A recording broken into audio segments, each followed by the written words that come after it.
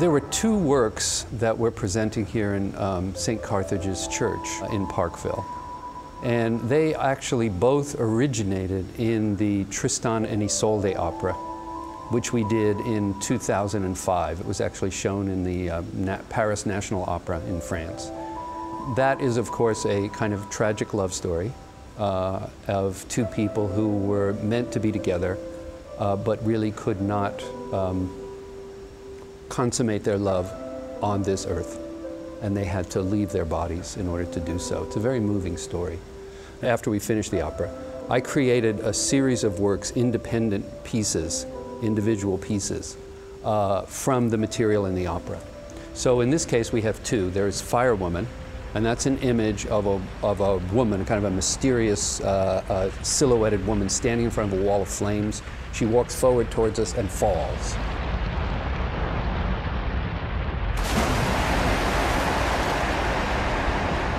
And what happens at that moment is she actually falls into a pool of water. And it begins to dawn on us that actually what we're seeing is a reflection in the surface of a pool, and that the entire image was a reflection, including the fire. So she basically falls into her own reflection and disappears below the surface, and that reflection sort of dies down. The flames sort of die down and turns into this blue, beautiful blue, dark space. Tristan's Ascension, the second piece, is an image of a man lying on a slab. He seems to be dead. We don't know. And ever so slightly, you don't see it at first, little drops of water appear, except that they're going up. And then the water increases dramatically. And in a way, he sort of comes to life by that force, and he's actually drawn right up.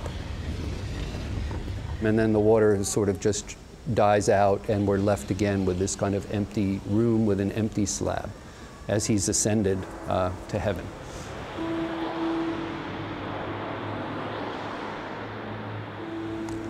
Since I was really, really young,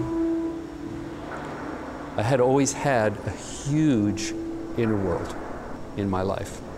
I was seeing things since I was very, very young.